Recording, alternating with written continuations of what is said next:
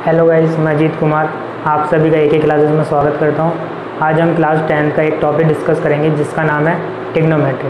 Basically हम ये देखेंगे कि ट्रिग्नोमेट्री होता क्या है, उसके मतलब को समझेंगे और ये देखेंगे कि वो किस चीज़ में काम में आता है। ठीक है, तो सबसे पहले हम बात करते हैं ट्रिग्नोमेट्री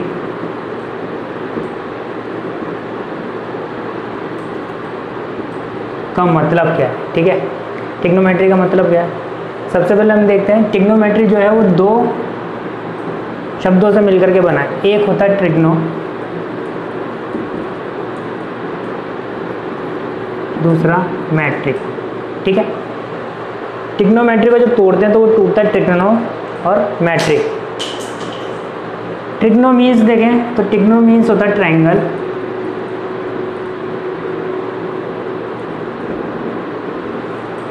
मैट्री मीन्स होता है मेजरमेंट। ठीक है, ट्रिग्नो मीन्स हो गया ट्रायंगल और मैट्री मीन्स हो गया मेजरमेंट। यानी हम बेसिकली ट्रिग्नोमेट्री के अंदर क्या देखते हैं, मेजरमेंट ऑफ ट्रायंगल, यानी जिसके अंदर हम ट्रायंगल का मेजरमेंट कर सकें, यानी ट्रायंगल्स को नाप सकें।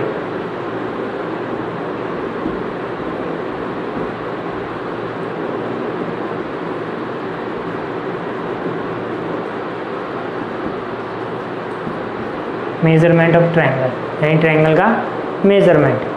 ठीक है, अब इसको किस किस तरीके से क्या क्या की चीज़ इसमें फाइंड कर सकते हैं।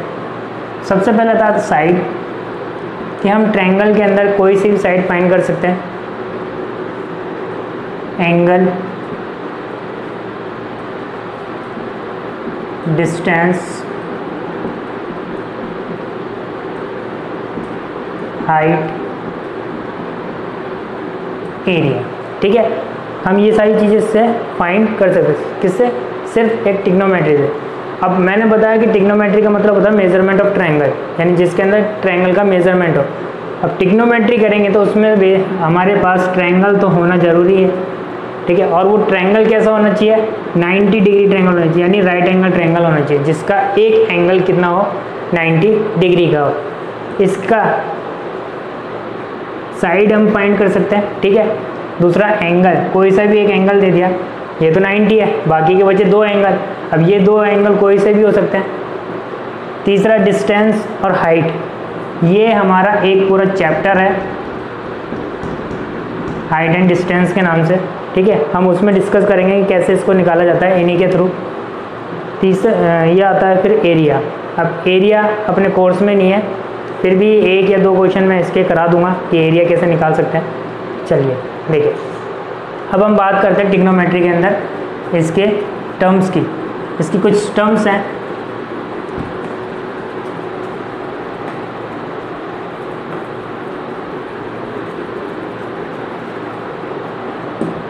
सबसे पहले हम बात करते हैं ट्रिग्नोमेट्री रेशियोज की। ठीक है, ट्रिग्नोमेट्री रेशियोज क्या होते हैं।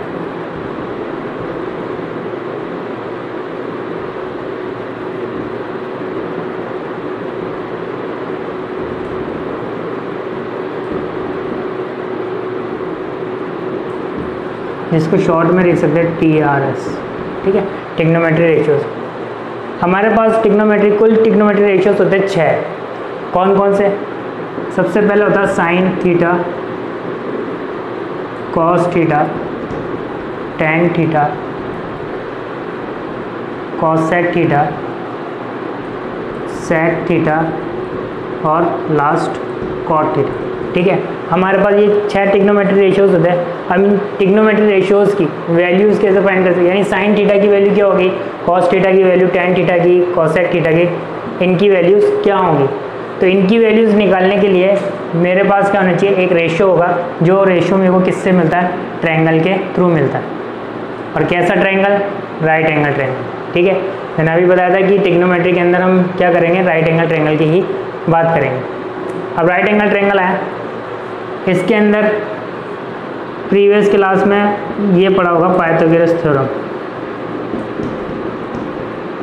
ठीक है, पाइथागोरस थ्योरम होता क्या है, h² = p² प्लस b², मतलब हाइपोटेनियस का स्क्वायर इक्वल होना चाहिए परपेंडिकुलर प्लस बेस के स्क्वायर के सम के बराबर। अब यहाँ पे इस ट्रायंगल में एच पी और बी क्या होगा, देखिए एच तो बहुत सिंपल है कि 90 डिग्री के सामने वाली जो लाइन होती है वो क्या होती है, एच होती है, ठीक है। दूसरा आता है परपेंडिकुलर, परपेंडिकुलर क्या होता है, जो कि 90 डिग्री बनाए, ठीक है। अब 90 डिग्री तो ये वाली लाइन भी बना रही है और ये वाली लाइन भी बना रही है, अगर इस ट्रायंगल को मैं यूँ कर दूंगा तो ये परपेंडिकुलर हो गया और ये परपेंडिकुलर है ही। देखिए अब क्या होगा, जब तक मुझे इसमें कोई एंगल गिवन नहीं होगा तो मैं इसमें किसी भी लाइन को परपेंडिकुलर मान सकता हूँ और किसी को भी बेस मान सकता हूँ। लेकिन अगर मुझे यहाँ पे डिफाइन कर दिया कि मेरे पास जो एंगल है वो ये दिया हुआ है, ठीक है, ट्रायंगल में एंगल यहाँ दे दिया, तब इस एंगल के सामने वाली जो लाइन होगी वो हमेशा क्या होगी, परपेंडिकुलर होगी। बचा जो अब आखिरी बचा वो क्या है, बेस, ठीक है। अब अगर इस ट्रायंगल को मैंने इस तरीके से बना दिया, ये एंगल दे दिया, तब एस तो मेरा फिक्स है कि यही रहेगा, लेकिन परपेंडिकुलर मेरा चेंज हो गया। परपेंडिकुलर क्या आ गया, नीचे वाली लाइन, और ये क्या हो जाएगी, बेस, ठीक है। तो इस एंगल के ऊपर डिपेंड करता है क्या, परपेंडिकुलर या फिर बेस। अगर ये एंगल जहाँ होगा उसके ऑपोजिट साइड पे जो लाइन होगी वो लाइन क्या होगी, परपेंडिकुलर होगी, ठीक है। इतना समझ में आया। अब देखिए, अब ये रेशियोज निकालने इसके, ठीक है। इस ट्रायंगल के थ्रू जो रेशियोज आते हैं उन्हीं रेशियोज से इनकी वैल्यूज फाइंड की जाती है। वो रेशियो किस तरीके से होते हैं, P B P, H H H, ठीक है। इसको याद करने का तरीका क्या है, पंडित भद्री प्रसाद हर हर बोले, ठीक है। पंडित बद्री प्रसाद हर हर बोले, ये इसको याद करने का तरीका है। अब क्या होता है, शुरुआत कहाँ से हुई, साइन कॉस टेन, यहाँ आता है कॉसेक सेक और कॉट, यानी ये रेशियोज होते हैं इसके। देखिए साइन के नीचे क्या लिखा, पी अपॉन एच, इसका मतलब साइन का जो रेशियो होगा वो क्या होगा, पी अपॉन एच। यानी साइन थीटा की वैल्यू अगर मैं निकालूँ तो कैसे निकलेगी, पी अपॉन एच से, यानी परपेंडिकुलर मुझे पता होना चाहिए और हाइपोटेन्यूज मुझे पता होना चाहिए, तो मैं साइन थीटा यहाँ से निकाल सकता हूँ। दूसरा आता है कॉस के नीचे क्या लिखा है, बी अपॉन एच, मतलब इसकी जो वैल्यू है बी अपॉन एच से निकलेगी। टेन के नीचे क्या लिखा है, पी अपॉन बी, ठीक है। अब देखिए इतना हो गया। इसके बाद में कॉसेक के ऊपर क्या लिखा है, एच अपॉन पी। इसको साइन की वैल्यू बात करी तो साइन के लिए मैं ऊपर से नीचे की तरफ गया, कॉसेक की बात करूँगा तो नीचे से ऊपर की तरफ आऊँगा। इसका मतलब एच पी, सेक की वैल्यू क्या हो जाएगी, एच बी, और कॉट की वैल्यू क्या हो जाएगी, बी पी, ठीक है। अब अगर ठीक से दिख रहा हो तो इनमें कुछ रिलेशन आ रहा है, देखिए कैसे, पी एच का रेसिप्रोकल अगर मैं कर दूं तो मेरे पास क्या आ रहा है, एच बी, जो कि कॉसेक थीटा की वैल्यू है। यानी साइन का उल्टा करूंगा तो मेरे पास क्या आ जाएगा, कॉसेक आ जाएगा। सेक का उल्टा मैं करूंगा तो कितना आ जाएगा, कॉस आ जाएगा। कॉस का उल्टा मैं करता हूँ तो क्या आ जाएगा, सेक थीटा आ जाएगा। टेन का उल्टा अगर मैं करता हूँ तो कितना आ जाएगा, कॉट आ जाएगा, और कॉट का उल्टा करूँगा तो टेन आ जाएगा, ठीक है। अब टेन का एक और रिलेशन है, जैसे देखिए मैं इसको ये भी लिख सकता हूँ, sine theta upon cos theta. अब मैं टेन थीटा को sine theta upon cos theta कैसे लिख सकता हूँ, ये देखिए टेन की वैल्यू मेरे पास साइन है, साइन की वैल्यू मेरे पास कितनी है, H up P upon H, इसकी वैल्यू बी अपॉन एच। अगर टेन की वैल्यू यहाँ से मेरे पास कितनी आ गई, पी अपॉन बी आ गई, इसका मतलब मैं टेन को साइन अपॉन कॉस लिख सकता हूँ। तो देखिए tan theta equals to P upon H, नीचे वाला जो डिवाइड में है इसका जब मैं मल्टीप्लाई में लूँगा तो रेसिप्रोकल हो जाएगा, रेसिप्रोकल करते ही ये कट गया, एच से एच बचा कितना, पी अपॉन बी। यही मेरे पास टर्म थी, टेन की वैल्यू क्या है, पी अपॉन बी। तो इसका मतलब मैं टेन को साइन अपॉन कॉस भी लिख सकता हूँ। ठीक है, अब आगे देखते हैं।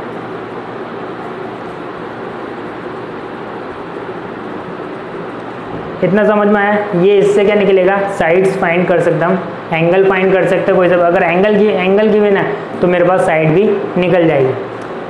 अब हम इसकी कुछ टर्म्स देखते हैं। देखिए, साइन थीटा को मैंने अभी क्या बोला, साइन थीटा को अभी मैंने बोला है P/H। तो अगर मैं साइन थीटा को इस तरीके से लिख दूं, यानी इस P को मैं इस H के नीचे ले जाऊंगा तो गलत है क्या? इस P को मैं इसके नीचे ले गया, यानी मेरा पास क्या हो गया, मैंने दोनों को P से डिवाइड करा दिया। ठीक है, अब H/P क्या होता है, cosec थीटा होता है ना। अभी अपन ने रेशियोज बात करी थी तो उसमें मैंने निकाला था। अब इन दोनों को इंटरचेंज कर दूं तो मेरे पास क्या टर्म बन जाएगी, cosec theta equals to 1/sin theta. मैंने क्या बोला था कि साइन का रेसिप्रोकल करूँगा तो cosec आ जाएगा और cosec का रेसिप्रोकल साइन आ जाएगा, वही आ रहा है। इसके बाद अगर मैं साइन को इधर भेज दूँ तो sine theta cosec theta equals to 1, यानी मेरे पास इससे 3 टर्म्स बन गई। एक साइन इक्वल्स टू 1/cosec, दूसरा cosec इक्वल्स टू 1/sin, तीसरा sine theta cosec theta equals to 1। अब मुझे सिर्फ एक ही टर्म याद करनी, ये दोनों तो अपने आप निकल जाएगी। देखो कैसे, साइन लिखा हुआ है,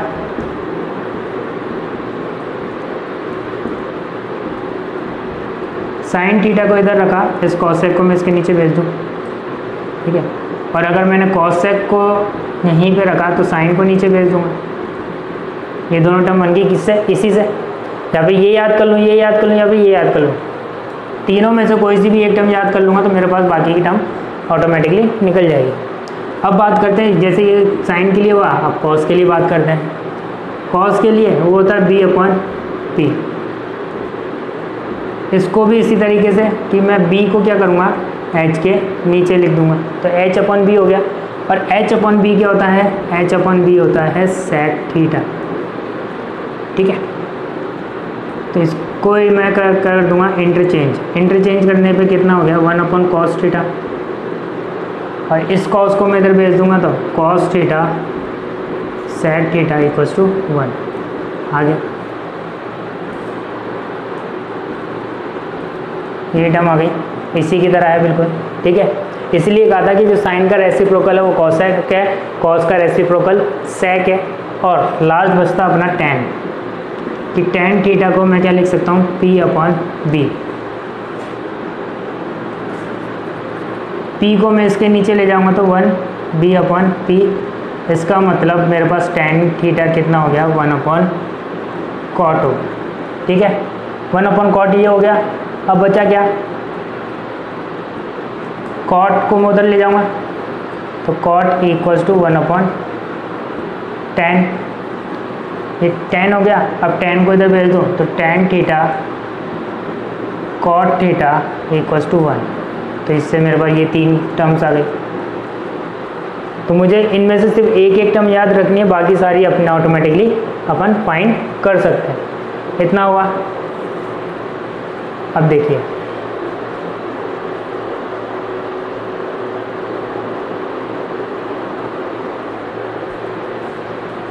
अब अपन क्या करते हैं, यहाँ से इनकी वैल्यूज़ फाइंड करते हैं। किस जो ट्रिग्नोमेट्री रेशियोज़ हैं उनकी कुछ वैल्यूज़ होती है।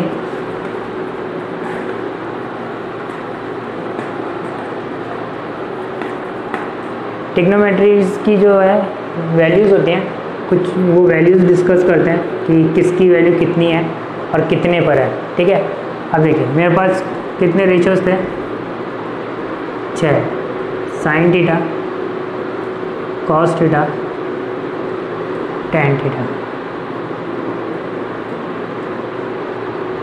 cot थीटा और sec थीटा cosec थीटा। ठीक है, ये टर्म बनेगी। अब इसको चेक करें, सॉल्व। देखिए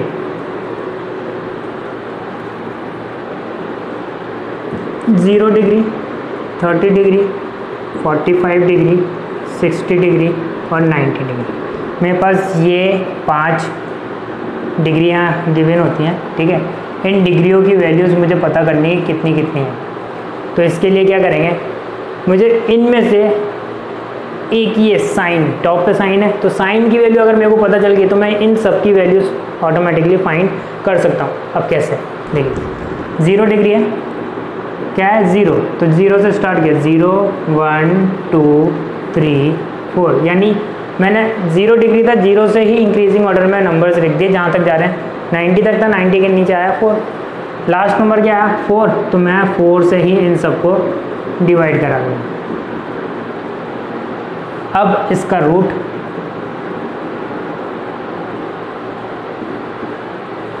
ये हुआ, देखिए 0 को अगर मैं 4 से 0 को किसी भी नंबर से डिवाइड कराऊंगा तो कितना आएगा 0, इसका मतलब इसकी वैल्यू कितनी आई 0 आई। 1 जो है 1 का रूट कितना होता है, 1 किसका रूट होता है, 1 रूट होता है 1 का, ठीक है। अगला 4 है, 4 किसका स्क्वायर है 2 का, तो 2, यानी 4 का रूट अगर मैं करूँगा तो कितना आएगा 2। ये दोनों आपस में कैंसिल आउट हो जाएंगे तो कितना आ जाएगा 1/2।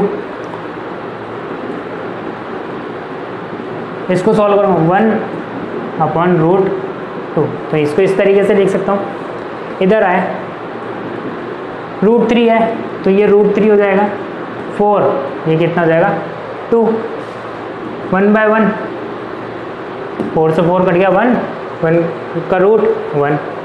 अब कॉस की बात करें तो देखिए साइन 0 पे 0 है, साइन 30 पे 1/2 है, 45 पे 1/√2 है, 60 पे √3/2 है और 90 पे 1 है। यहाँ से अब कॉस की वैल्यू निकालूँ तो कॉस की वैल्यू क्या होता है इस साइन का रिवर्स, यानी 90 पे जो वैल्यू साइन की है वो कॉस की 0 पे होती है, 60 पे कितनी है √3/2, ये 30 पे √3/2 होगी, 45 पे तो सेम ही रहनी है, ठीक है। ये आ गया अपने पास हाफ और 0। इसका मतलब साइन की वैल्यू जो भी आएगी उसका रिवर्स में कर दूंगा तो मेरे पास क्या आ जाएगा कॉस की वैल्यू आ जाएगी। अभी थोड़ी देर पहले मैंने tan की वैल्यू के लिए कुछ बताया था कि tan क्या होता है, tan होता है साइन अपॉन कॉस, ये बताया था, ठीक है। अब देखिए साइन ये रहा, कॉस ये रहा, इन दोनों की वैल्यू पता है 0 पे, यानी मैं क्या करूँगा कि साइन 0 अपॉन कॉस 0, तो साइन 0 0 कॉस 0 1, तो 0/1 0, इस तरीके से सारी वैल्यूज़ मैं निकाल लूँगा। तो देखिए 0/1 0, 2 से 2 कट जाएगा 1/3, √2 से 1/√2 से 1/√2 कैंसिल आउट हो गया, कितना बचा 1, 2 से 2 कट गया √3/1 यानी √3, 1/0, अब ये 1/0 कितना होता है इनफाइनाइट होता है। अब ये इनफाइनाइट कैसे हुआ, देखिए यहाँ पे अपने पास आया था 0/1, 0/1 आया था जिसको मैं 0 ले सकता हूँ, यानी 0 को मैं किसी से भी डिवाइड करूँगा तो 0 ही आएगा। लेकिन यहाँ पे अगर किसी नंबर को मैं 0 से डिवाइड कर रहा हूँ तो इनफाइनाइट आएगा, यानी वो सॉल्व नहीं हो सकता, उसको मैं सॉल्व नहीं कर सकता, ठीक है, क्योंकि ये चलता ही जाएगा। अब इतना आ गया। अब tan का रेसिप्रोकल करता हूँ तो मेरे पास क्या आता है कॉट आता है, तो मैं क्या करूँगा इसका रेसिप्रोकल कर दूंगा या फिर इसका रिवर्स कर दूंगा, इन्फिनिटी √3 कहाँ चल जाएगा, यहाँ पे ये 1 एज इट इज़, ये आ जाएगा 1/√3 और ये 0, यानी कॉट की वैल्यू क्या हो जाएगी ये। अब बात आती है सेक की वैल्यू और कॉसेक की वैल्यू। अब इन दोनों की वैल्यू क्या करें, देखें इन दोनों की वैल्यू क्या हुई है रिवर्स हुई है, इन दोनों की वैल्यू भी क्या हुई है रिवर्स हुई है, तो इन दोनों की वैल्यू भी क्या होगी रिवर्स ही होगी। लेकिन उसके लिए मुझे इन दोनों में से किसी एक की वैल्यू निकालनी है, तो कैसे निकालेंगे, देखो सेक थीटा है कॉसेक थीटा है, सेक थीटा की वैल्यू मुझे, सेक थीटा जो है वो किसके बराबर होता है, यानी किसका रेसिप्रोकल होता है कॉस थीटा, सही है। अब कॉस 0 यानी cos 0 पे क्या है वैल्यू 1, इसका मतलब 1/1, इसकी वैल्यू कितनी आ गई 1। यानी जहाँ पे भी मुझे ये वैल्यू है मैं पुट करता जाऊँगा, यानी रेसिप्रोकल होता जा रहा है। तो 1 का रेसिप्रोकल 1, √3/2 का रेसिप्रोकल 2 √3, 1/√2 का रेसिप्रोकल 2, 1/2 का 2 और 0 का इनफाइनाइट। ठीक है, क्योंकि ये हो जाएगा 1/0 और 1/0 कितना होता है इनफाइनाइट। इसका रिवर्स कर दूंगा तो इन्फिनिटी 2 √2 2 √3 और 1। ठीक है, तो अपने पास क्या आ गया, ये वैल्यूज़ आ गई। यानी हमें क्या करना है, सिर्फ ये वैल्यूज़ पता होनी चाहिए कि साइन की वैल्यू कितनी है। साइन की वैल्यू अगर मुझे पता है तो मैं ये सारी वैल्यूज़ निकाल सकता हूँ। अब इसके अलावा मेरे पास कुछ और 3 आइडेंटिटी है। ठीक है, वो भी अभी देखते हैं क्या है। ये वैल्यूज़ हमें याद रखनी है क्योंकि एग्ज़ाम में इसके ऊपर बेस्ड में भी 2 क्वेश्चंस आते हैं और वो क्वेश्चन तभी सॉल्व हो सकते हैं जब ये वैल्यूज़ हमें याद होंगी। अगर ये वैल्यूज़ मुझे याद है तो मैं उन क्वेश्चंस को सॉल्व ईजिली कर सकता हूँ। ठीक है, तो आगे देखते हैं।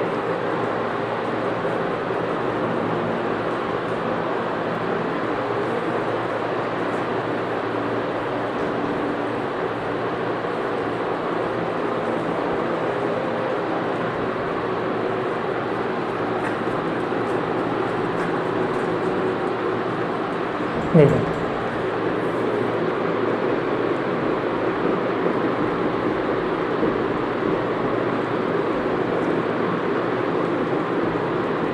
Sign square theta plus cos square theta equals to 1। ये 1 plus tan square theta equals to sec square theta, 1 plus cot square theta equals to cos sec square theta. ठीक है, तो ये 3 आइडेंटिटीज़ होती है जो हमें याद रखनी है। ये भी आगे जाकर के बहुत काम में आएगी। इस चीज़ को मैं अगर प्रूफ करूँ तो देखिए मेरे पास एक ट्रायंगल है ABC। ठीक है, अब साइन की जो वैल्यू होती है वो क्या होती है P/B। मान लो मैंने इसको बेस थीटा मान लिया। ठीक है, तो परपेंडिकुलर क्या हो गया PH और B, मीन्स साइन कितना होता है PH का स्क्वायर प्लस BH का स्क्वायर इक्वल्स टू 1। अब मैं इसको इक्वल्स टू 1 प्रूव कर रहा हूँ। तो देखें P की वैल्यू कितनी है AB, AB का स्क्वायर, H कितना है AC,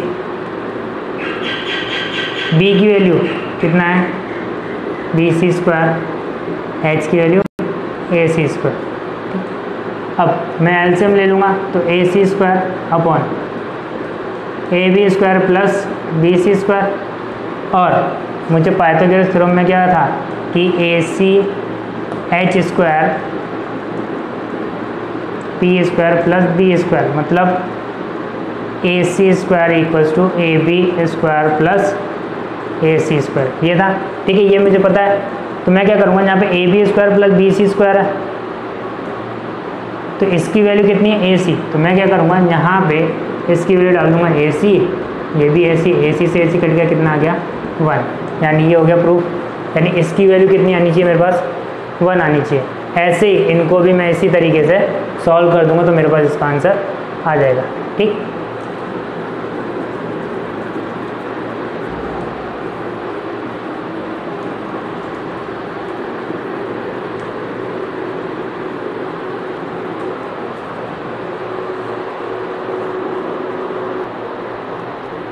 चलिए अभी हमने कुछ वैल्यूज़ देखी थी, उन्हीं वैल्यूज़ पे बेस्ड कुछ क्वेश्चंस देखते हैं कि वो क्वेश्चंस, ये कुछ क्वेश्चंस है, इन क्वेश्चंस को सॉल्व करते हैं उन्हीं वैल्यूज़ के थ्रू। क्योंकि हमारे पास क्या देखिए 30 45 60 30 45 60 90 0 यही सारी वैल्यूज़ हैं। तो यही सारी वैल्यूज़ अभी अपन ने पढ़ी थी, उन्हीं पे बेस्ड ये क्वेश्चंस है और ये क्वेश्चंस करते हैं।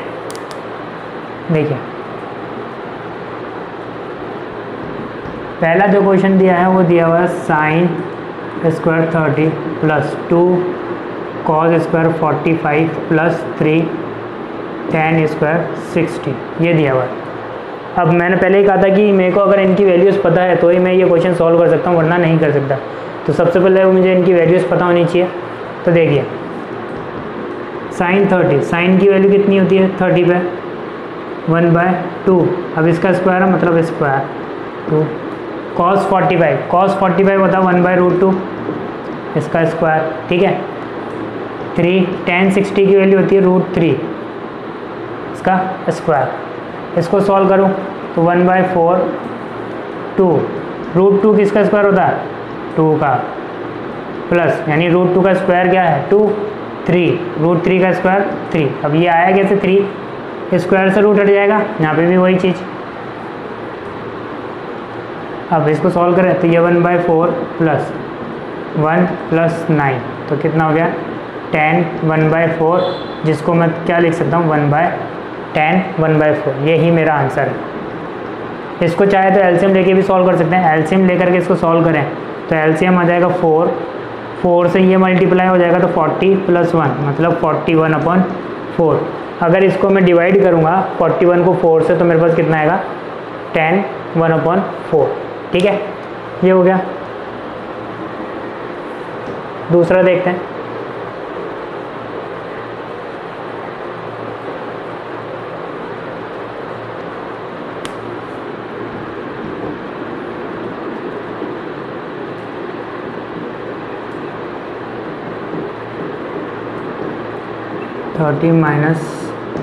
-10² 45 upon sine square 30 plus cos square 30, ठीक है। अब इसको सॉल्व करें। देखिए 5 cos 60 होता है 1/2 यानी 1/2 का स्क्वायर प्लस 4 इसकी वैल्यू 30 पे 2√3 सेक 30 की वैल्यू थी 2√3 इसका स्क्वायर मतलब इसका भी स्क्वायर 0।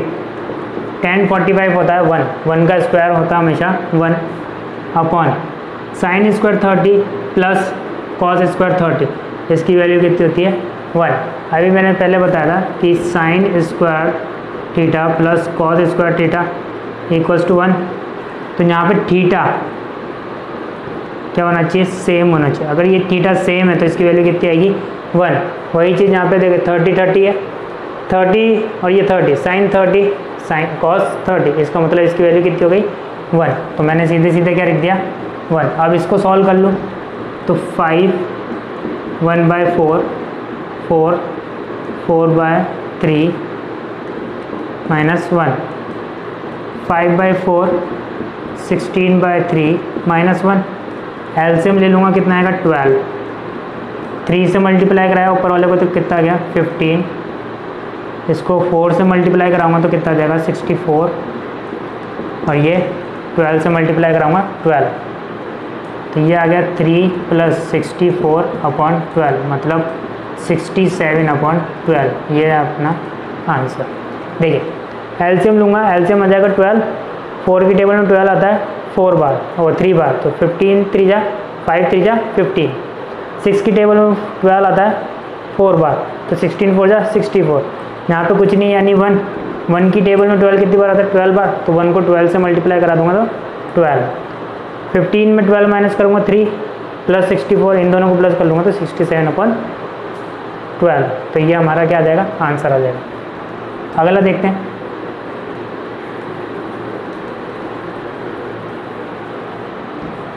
तीसरा दिया हुआ है 4 cot square 30 plus sine square 30 minus cos square 45 ये दिया हुआ है। इसको सॉल्व करें तो 4 cot स्क्वायर 30 की वैल्यू कितनी होती है cot स्क्वायर 30 की वैल्यू होती है √3 का स्क्वायर प्लस साइन 30 की वैल्यू होती है 1/2 तो 1/2 का स्क्वायर माइनस इसकी वैल्यू होती है 1/√2 का स्क्वायर, ठीक है। अब 4 √3 का square 3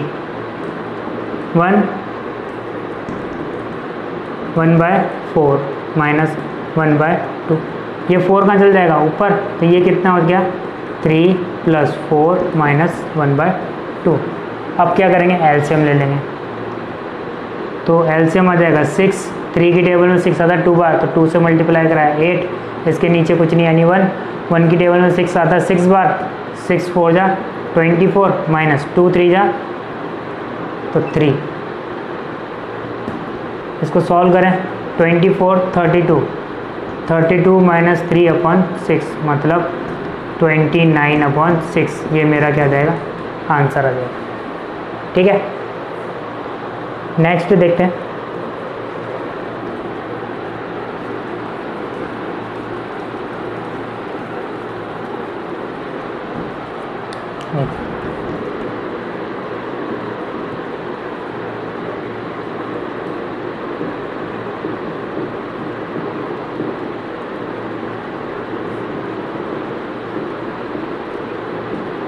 upon 3 sec square 30 plus cos sec square 60 plus cot square 30, ये दिया हुआ है।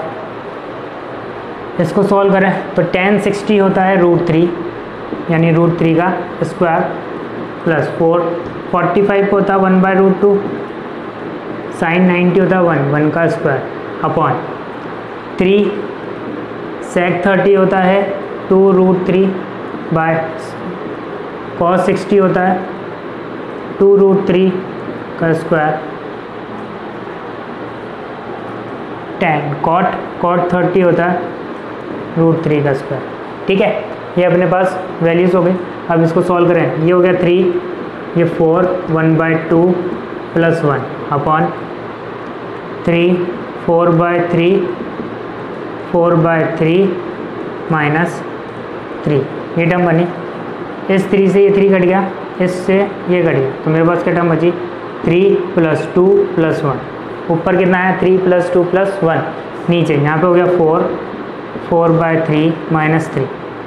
अब मैं क्या करूँगा नीचे एलसीएम ले लूँगा, ऊपर हो गया 6, ये हो जाएगा 3 एलसीएम, 3 से 4 को मल्टीप्लाई कराऊँगा 12, 4 माइनस 9। ठीक है, तो ये कितना हो गया, ये 3 चल जाएगा ऊपर, तो ये हो गया हमारे पास 6, 12 4 जा 16, 16 माइनस 9 7 अपॉन में 3। इसको सॉल्व करूँगा तो 6 ऐसा का ऐसा ये हो जाएगा रेसिप्रोकल, मीन्स आंसर कितना गया 18/7, ये इसका आंसर हो जाएगा। ठीक, नेक्स्ट देखते हैं।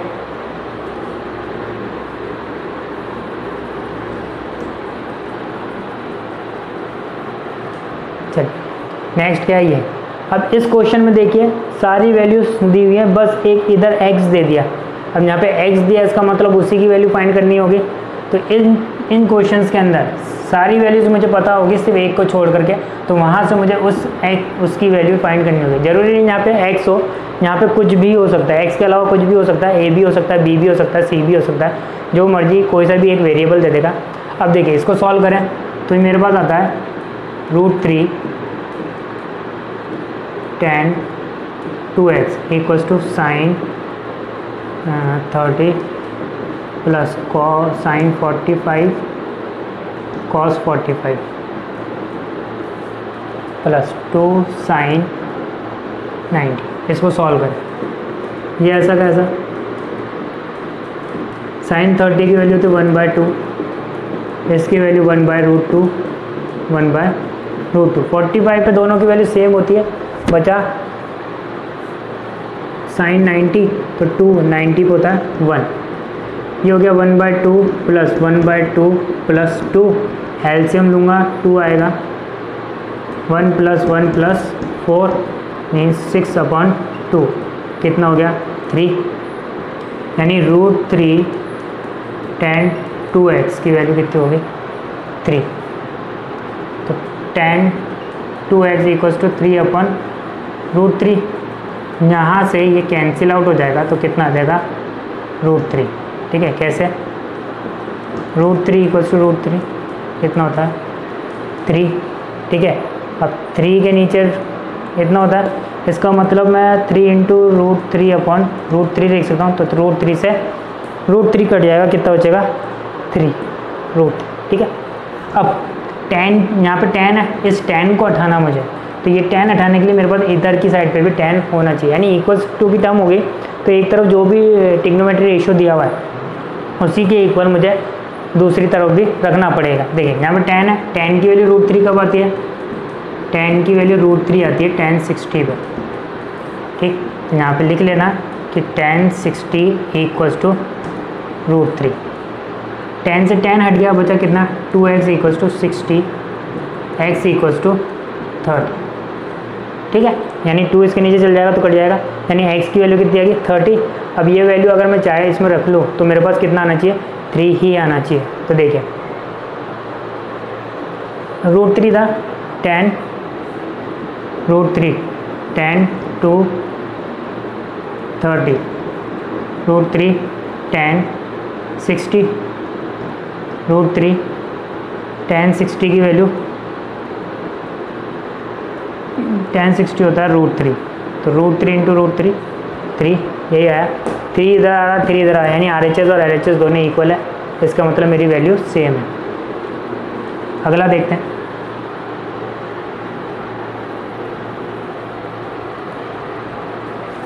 चलिए 6th देखते हैं। अभी इक्वल्स टू में, यानी इस वैल्यू को इसके इक्वल मेरे को निकालना है। तो देखिए cos 30 sin 60 upon 1 plus cos 60 sin 30 equals to √3 upon 2। मैं LHS को लूँगा। cos 30 होता है अपने पास 1 अपॉन √3 अपॉन 2 प्लस sin 60 होता है √3 अपॉन 2, 1 प्लस cos 60 होता है 1/2 sin 30 1/2। इसको सॉल्व करें तो √3 ये हो गया अपने पास 2 √3 अपॉन 2, इन दोनों को ऐड कर लूँगा तो कितना जाएगा? 2 √3/2। इधर यहाँ आ गया एलसीएम, एलसीएम आएगा 2, ये हो जाएगा 2 1 1, 2 से 2 कट गया, कितना गया? 2 √3 अपॉन कितना आएगा? 4 कट गया, कितना आ गया? √3 अपॉन 2। ये मुझे चाहिए था। ठीक है, चलिए देखिए अब देखते हैं 7th क्वेश्चन। 7th क्वेश्चन क्या दिया हुआ है?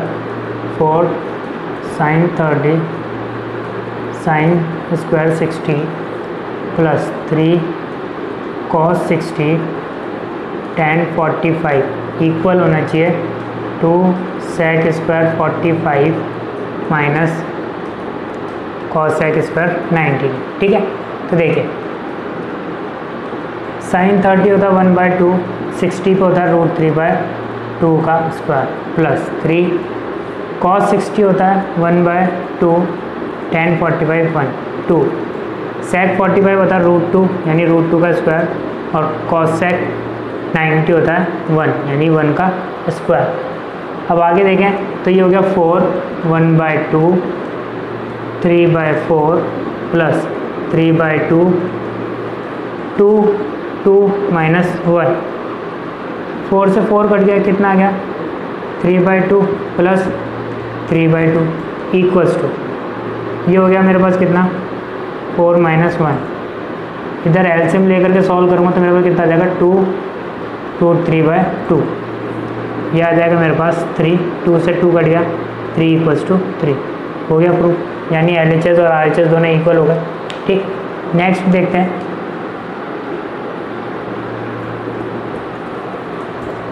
नेक्स्ट है 8 sin 60 plus sin 30 sin 60 minus sin 30 equals to tan 60 plus tan 30 tan 60 minus tan 30, ये दिया हुआ है। ठीक है, इसको सॉल्व करें। यहाँ पे भी वही LHS और RHS दोनों इक्वल होने चाहिए। तो sin 30 कितना होता है? √3/2 प्लस 1/2 √3/2 माइनस 1/2, इधर आ जाएगा √3 प्लस 1 √3 माइनस। ठीक है, tan 60 की वैल्यू √3, tan 30 की वैल्यू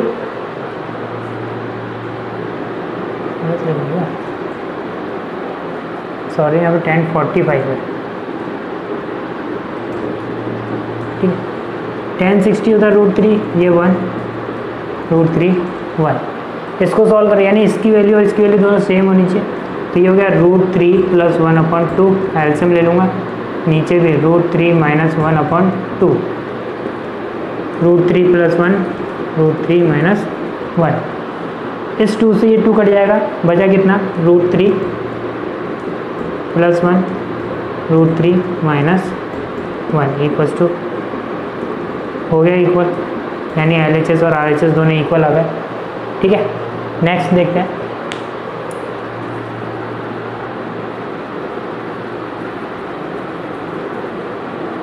चलिए नेक्स्ट क्वेश्चन दिया हुआ है cos 45 sec 30 + cosec 30। ये क्वेश्चन इंपॉर्टेंट है, ठीक है। देखिए cos 45 होता है 1/√2, 30 पे होता है 2√3, cosec 30 होता है, cosec 30 हो गया 1/2। इसको सॉल्व करो तो 1/√2, 2 + 2√3/3, एलसीएम लेके सॉल्व कर लूँगा। अब यहाँ पे क्या करेंगे, ऊपर वाली टर्म ऐसी की ऐसी, नीचे वाली को का रेसिप्रोकल, तो ये आ जाएगा। अब यहाँ से क्या करूँगा, 2 कॉमन आ रहा है तो 2 कॉमन ले लूँगा, तो ये हो गया √3, 2√2 √3 + 1, ये टर्म बन जाएगी। यहाँ से क्या किया, इस √2 को, अब आंसर मेरा ये है, ठीक है। लेकिन क्या होता है ट्रिग्नोमेट्री के अंदर रूट की टर्म कभी भी नीचे नहीं होनी चाहिए, तो हम क्या करेंगे, इसका रैशनलाइज कर देंगे। तो रैशनलाइज करने के लिए मैंने क्या किया, √2 हटाना, तो √2 के लिए मैंने क्या किया, ऊपर और नीचे दोनों तरफ √2 से डिवाइड करा दिया। तो डिवाइड कराने में कितना हो गया, ये हो जाएगा √6 2 2 √3 + 1, √2 और √2 ये दोनों मिल करके 2 हो जाएंगे, तो ये हो गया √6 4 √3 + 1, ये टर्म बनी। अब वापस रैशनलाइज कराऊंगा तो √6 ये आ जाएगा √3 - 1 √3 - 1, √6 √3 - 1, ये हो गया 4। इधर क्या a + b a - b, यहाँ पे वो आइडेंटिटी लग रही है a + b a - b, जो कि क्या होता है a² - b²।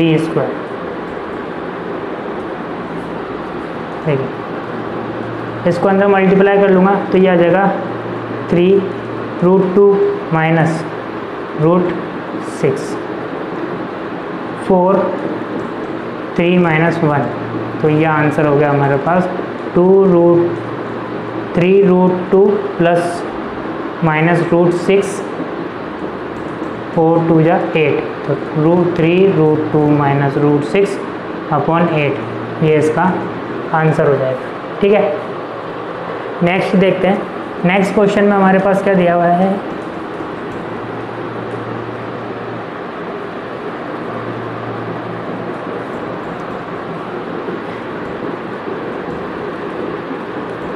sin 3x =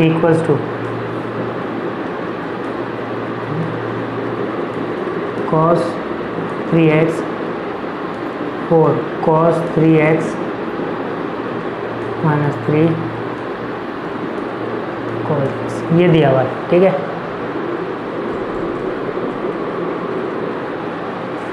यहाँ पे x की वैल्यू गिवन है हमें 30। अब क्या करेंगे, जहाँ जहाँ पे भी x है वहाँ पे क्या कर देंगे, वैल्यू डाल देंगे 30, तो ये हो जाएगा 3 30 cos 3 30 - 3 cos 30, ये 3 इसके क्यूब में, ये हो जाएगा cos 94, cos 30 होता है √3/2 का क्यूब -3, cos 30 होता है √3/2, ये हो गया 1 0, cos 90 कितना था 0 4 इसका क्यूब, तो 3 √3/8 - √3 तब ये क्या हो जाएगा, √3 इंटू √3 इंटू √3, ये तो हो गया 3√3, यानी √3 का क्यूब कितना था 3√3, और 2 का 8, 2 टू जा 4, 4 टू जा 8, यहाँ पर आए इससे ये कट गया 2, तो ये आ गया √3/2, 3√3/2, दोनों कैंसिल आउट हो जाएंगे तो कितना आ जाएगा 0, यानी LHS और RHS क्या है, दोनों इक्वल है, तो ये हमारा आंसर हो जाएगा। नेक्स्ट क्वेश्चन देखते हैं। नेक्स्ट क्वेश्चन भी ऐसे ही वैल्यू बेस्ड है, यानी जिसमें x की वैल्यू गिवन होगी। देखिए, इफ a दिया हुआ 60 और b दिया हुआ 30, प्रूव करना है कि cot a minus b cot a cot b plus का 1 upon cot b minus cot a, यानी ये टर्म इक्वल होनी चाहिए इस टर्म के, ये चीज़ हमें प्रूव करनी है। तो उसके लिए क्या करेंगे, हमारे पास a की और b की वैल्यू दी हुई है, वो a और b की वैल्यू मैं इसमें पुट कर दूंगा, तो कितना जाएगा cot 60 minus 30 cot 60 cot 30 plus 1 upon cot 30 minus cot 60, ये टर्म बन जाएगी a b और a, ठीक है, a b। अब इसको आगे सॉल्व किया तो ये जाएगा cot 30 cot 60 की वैल्यू होती है 1/√3, 30 पे √3 प्लस 1 अपॉन √3 माइनस 1/√3, ये इससे कैंसिल आउट हो जाएगा, इसकी वैल्यू हो गई √3, यह जाएगा 1 प्लस 1 √3 माइनस 1/√3, नीचे एलसीएम लेना पड़ेगा, एलसीएम लेंगे तो कितना आ जाएगा, मेरे पास वैल्यू आ जाएगी 2, √3 को √3 से इंटू करूँगा तो 3 माइनस 1 अपॉन √3, ठीक है। अब ये √3 ऊपर आ जाएगा, तो ये आ गया √3, ये 2 √3, 3 माइनस 1 2, तो 2 से 2 कट गया, कितना आ गया √3 इक्वल्स टू √3, तो मेरे पास कितना आंसर आ गया √3 इक्वल्स टू √3, यानी दोनों इक्वल है, यानी अपना ये आंसर सही है, यानी प्रूव है, ठीक है।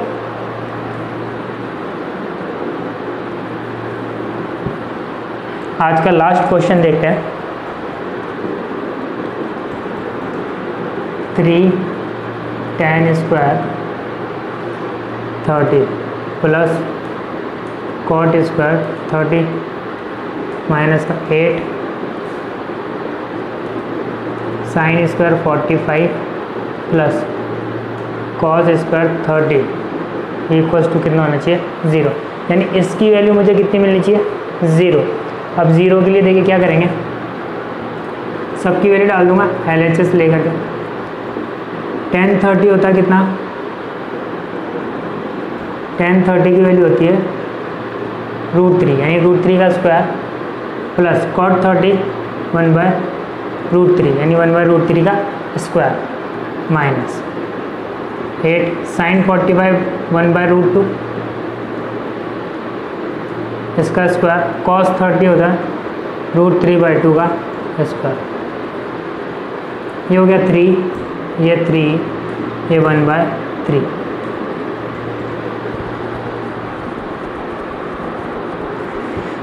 आगे देखें, सॉरी ये वैल्यू गलत हो गई, ये आएगा 1/√3,